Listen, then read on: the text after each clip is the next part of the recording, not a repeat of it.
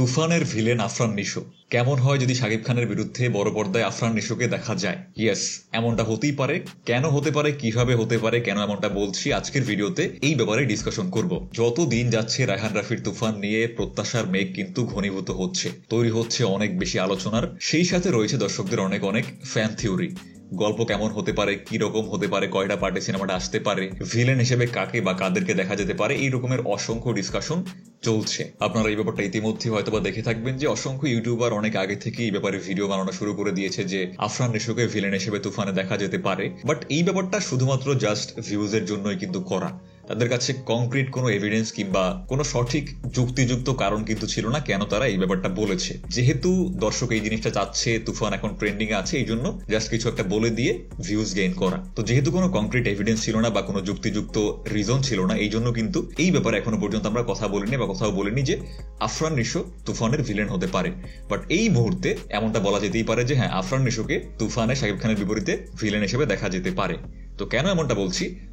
আপনারা জেনে থাকবেন যে গতকালকে আফরান নিশোর 2টা সিনেমার অ্যানাউন্সমেন্ট চলে এসেছে। ওখানে দেখার বিষয় হচ্ছে এই ব্যাপারটা যে এই 2টা সিনেমার প্রযোজনা সংস্থা কিন্তু SVF alpha I. That means Shakib খানের তুফান সিনেমাটা যেই প্রযোজনা সংস্থা প্রডিউস করছে, আফরান নিশোর এই 2টো সিনেমাও কিন্তু সেই একই প্রোডাকশন হাউস প্রডিউস করছে। তো এই গেল এক ব্যাপার। আরেকটা ব্যাপার হচ্ছে আফরান নিশোর এই 2টি সিনেমার মধ্যে একটা সিনেমার নাম হচ্ছে ওসিয়ত। এই সিনেমাটা এই মুহূর্তে শোনা যাচ্ছে ডিরেক্ট করবে রায়হান রাফি। যেই রায়হান রাফির হাত ধরেই কিন্তু আফরান নিশোর বড় পর্দায় ডেবিউ হয়েছিল। যেই রায়হান রাফি এই মুহূর্তে তুফান নিয়ে আসতে যাচ্ছে। আবার সেই রায়হান রাফি কিন্তু পরবর্তীতে আফরান নিশোর সাথে আরো একটি সিনেমা করতে যাচ্ছে ওসিয়ত নামে। তো এখানে একটা ব্যাপার খেয়াল করুন, আফরান নিশো সেই শুরু থেকে সুরঙ্গ যাদের সাথে করেছে, তার পরবর্তী 2টি সিনেমাও সেই তাদের সাথেই করতে চলেছে। Same director, same production house. Now এই ব্যাপারটা এখানে অনেক ইম্পর্টেন্ট একটা ব্যাপার, বিকজ এই যে একটা সিনেমার জন্য একজন অ্যাক্টরকে কনভিন্স করা, বিশেষ করে যদি খুব পপুলার 2টা ফেস হয়, তাদেরকে একজন আরেকজনের বিরুদ্ধে কিংবা একজনের সিনেমায় অন্য আরেকজনকে ছোট্ট একটা রোল হোক কিংবা একটা ক্যামিও রোল হোক, এই সমস্ত বিষয়ের জন্য কনভিন্স করাটা কিন্তু অনেকটা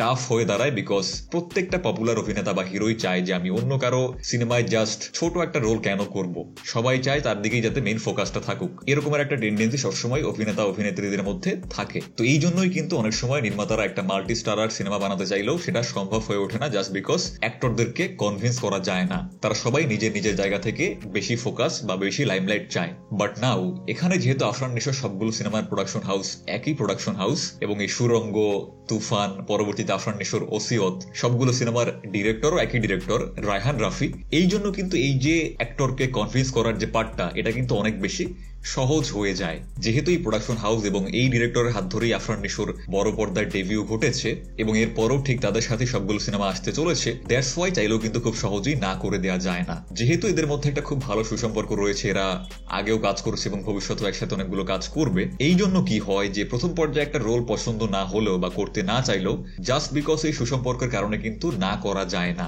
কারণ একজন অ্যাক্টর হিসেবেও সবাই কিন্তু চায় খুব ভালো ভালো প্রোডাকশন হাউস, খুব ভালো ভালো নির্মাতার সাথে একটা ভালো সম্পর্ক বজায় রাখতে। তো জাস্ট এই কারণেই কিন্তু আফরান নিশোর এই তুফান সিনেমাতে অভিনয়ের জন্য হ্যাঁ করে দেওয়ার অনেক অনেক সম্ভাবনা রয়েছে। এখানে আরো একটা ব্যাপার যেটা রয়েছে সেটা দেখবেন যে আফরান নিশো কিন্তু বারবার বলেছে যে আমি নিজেকে কোনো নায়ক বা হিরো হিসেবে বিবেচনা করি না, আমি বরঞ্চ একজন অভিনেতা হয়েই থাকতে চাই, একজন অভিনেতা হিসেবে পরিচয় দিতে আমি অনেক বেশি স্বাচ্ছন্দ্য বোধ করি। তো যদি সে আসলেই নিজেকে একজন অভিনেতা হিসেবে মনে করে, তাহলে কিন্তু তার অন্য একজন হিরোর সাথে স্ক্রিন শেয়ার করতে সেরকমের কোনো ওই যে একটা ইগো ক্ল্যাশ, সেটা হওয়ার কথা না। একজন প্রকৃত অভিনেতা সে কিন্তু শুধুমাত্র দেখবে যে আমার রোলটা কতটুকু ইম্পর্টেন্ট, আমার রোলটা ছোট হোক কিন্তু সেখানে আমার কতটুকু অভিনয় করার জায়গা রয়েছে, সেখানে আমার কতটুকু ইম্প্যাক্ট আমার এই চরিত্রটা গল্পের মধ্যে ফেলবে, আমার ডিরেক্টর কেমন, সে আমাকে ঠিকঠাক ভাবে ডিরেক্ট করতে পারবে কি না। আর এখানে যেহেতু ডিরেক্টর হিসেবে রায়হান রাফি রয়েছে, সো এই সমস্ত ব্যাপারে সে নিশ্চিত হতেই পারে। তো এই জন্য এই যে একটা কনভিন্স করার যে টাফেস্ট পার্ট, এই পার্টটা কিন্তু অনেক বেশি সহজ হয়ে যায়। এই জন্যই তার কিন্তু হ্যাঁ করে দেওয়ার সম্ভাবনাটা অনেক অনেক বেশি বেড়ে যায়। এবারে আসি কেন এমনটা বলছি, কেন এমন মনে হচ্ছে যে তুফানে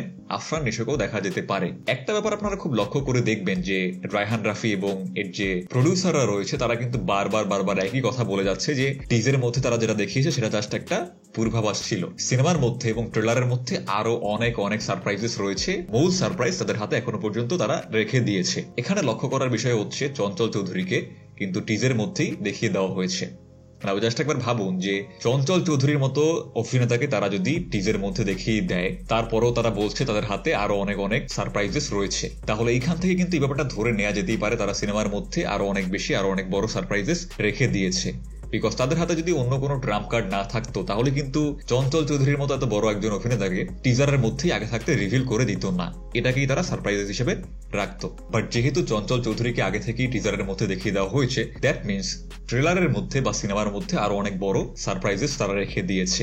এবারে সেই সারপ্রাইজটা হতে পারে আফরান নিশো, হতে পারে যিশু সেনগুপ্ত, এমনকি দুজনই হতে পারে। এখানে আমরা ইনিশিয়ালি শুনতে পেয়েছিলাম যে তুফান সিনেমাটা একটি পার্টে আসতে চলেছে, এরপরে কিছুদিন পরে নিউজ আসলো যে এটা 2টি পার্টে হবে, বিকজ এটা এই মুহূর্তে অনেক বেশি সাকসেসফুল ফর্মুলা। 2টি পার্টে সিনেমা আসলে সেই সমস্ত সিনেমা অনেক বেশি ব্যবসা করে। তো সিনেমা যদি আসলেই ব্যবসা সফল হয় তাহলে এই 2টি সিনেমা কিন্তু 3টি সিনেমাও হয়ে যেতে পারে। এরকমের অসংখ্য উদাহরণ আমরা দেখেছি। পুষ্পা প্রথমে 2টা পার্ট আসার কথা ছিল, বাট যেহেতু ফিল্মটা এত বেশি সাকসেসফুল হয়েছে এই জন্য কিন্তু মেকাররা এই সিনেমার 3য় পার্টও প্ল্যান করে ফেলেছে। কেজিএফ এর ক্ষেত্রেও ঠিক সেই একই ব্যাপার আমরা দেখতে পেয়েছি, ফিল্মটা 2টা পার্টি প্ল্যান করা হয়েছিল, বাট যেহেতু এত বেশি সাকসেসফুল এই জন্য কিন্তু পরবর্তীতে এই সিনেমার 3 নাম্বার পার্টও একটু দেরিতে হলেও আসতে চলেছে। সো যেহেতু এই ধরনের বড় সিনেমার প্রাইমারি উদ্দেশ্যই হচ্ছে বিজনেস, সো বিজনেসটা খুব বেশি ভালো হলে 2টা থেকে 3টা পার্টে চলে যাওয়াটা এমন আহামরি কিছু না, এটা খুবই কমন একটা বিষয়। এবং এখানে এমনটাও হতে পারে যে এই সিনেমার মধ্যেই অন্যান্য যে সমস্ত ক্যামিওতে ক্যারেক্টার থাকবে এই সমস্ত কোনো ক্যারেক্টার যদি খুব বেশি পপুলার হয়ে যায় তাহলে তাদেরকে নিয়েও আবার কোনো স্পিন অফ সিনেমা প্ল্যান করা হতে পারে। যেমনটা আমরা লোকি ইউনিভার্সের ক্ষেত্রে দেখেছি,